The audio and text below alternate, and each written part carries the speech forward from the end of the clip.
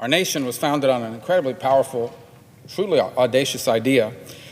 The idea was that every single human being was created equal, with rights that come from your Creator, from God, not from the government, not from the laws, not even from the Constitution or your leaders. It comes, you're born with these rights. And inherent in that is our powerful national commitment that I think remains to this day, the belief that everyone should have freedom, and that everyone, because freedom comes with those rights, and that everyone be treated fairly. For 244 years, our story has been that of a nation on a continuous and a steady march to live up to those ideals. Tomorrow, thousands will come to Washington once again for a different march, but one that I believe is tied directly to this nation's ongoing quest to fulfill the promise of its founding. Almost a half-century ago, the Supreme Court of the United States decided that within our Constitution there was the implicit right to end the life of an unborn child. And since then, every single day in this country, unborn human beings have had their life ended before they even drew their first breath. They are, in essence, denied the freedom to live, not because they did anything wrong. They are denied this most basic of rights unfairly, because of circumstances they had nothing to do with and do not control. That this occurs here is shameful enough, and I believe that is what history will regard it. That we use taxpayer money to promote it and export it abroad is outrageous. Before we even passed a bill to deal with the pandemic or to bring back good jobs to the United States or any of the other major issues confronting our country, in one of his first acts as president, President Biden decided to prioritize tearing up the so-called Mexico City policy, a policy which rightfully bans our taxpayer dollars from being sent to organizations that use it to perform or promote abortions overseas. Abortion is a very difficult and uncomfortable topic.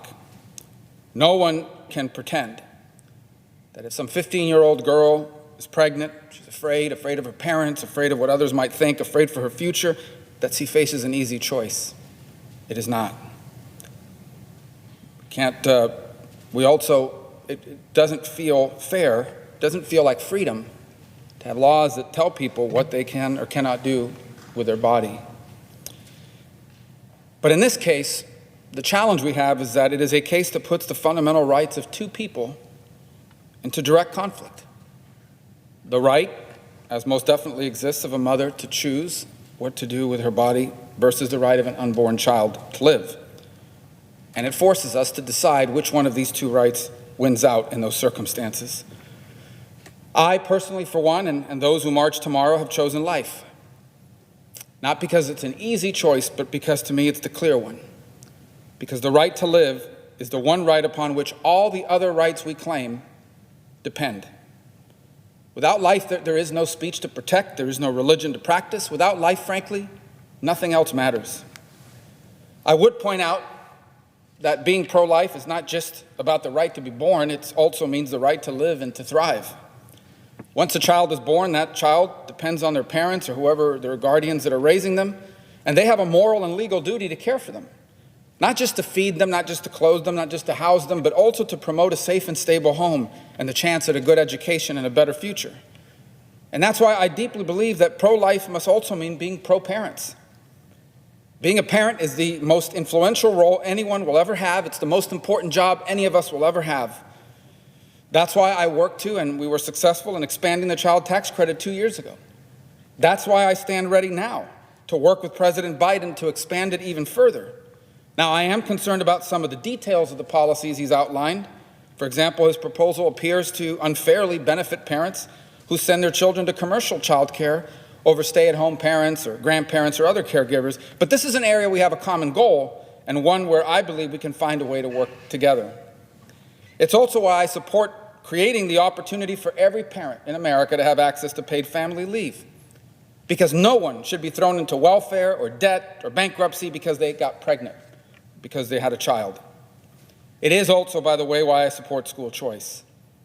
In America, rich parents can afford to send their kids to any school they want, and they do.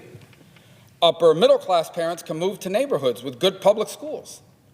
But it is unfair that the only parents in America who are forced to send their children to the school the government tells them, even if that school is failing their children, are the parents who don't make enough money to have another option.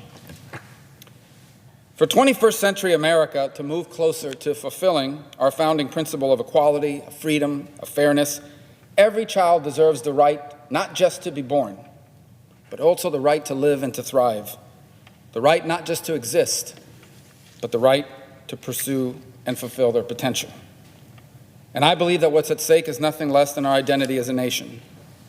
If we become a place where your right to be born and your ability to succeed is determined by who your parents are or by the circumstances of your conception, then we may remain indeed a rich and a powerful and an important country, but we will no longer be a special one.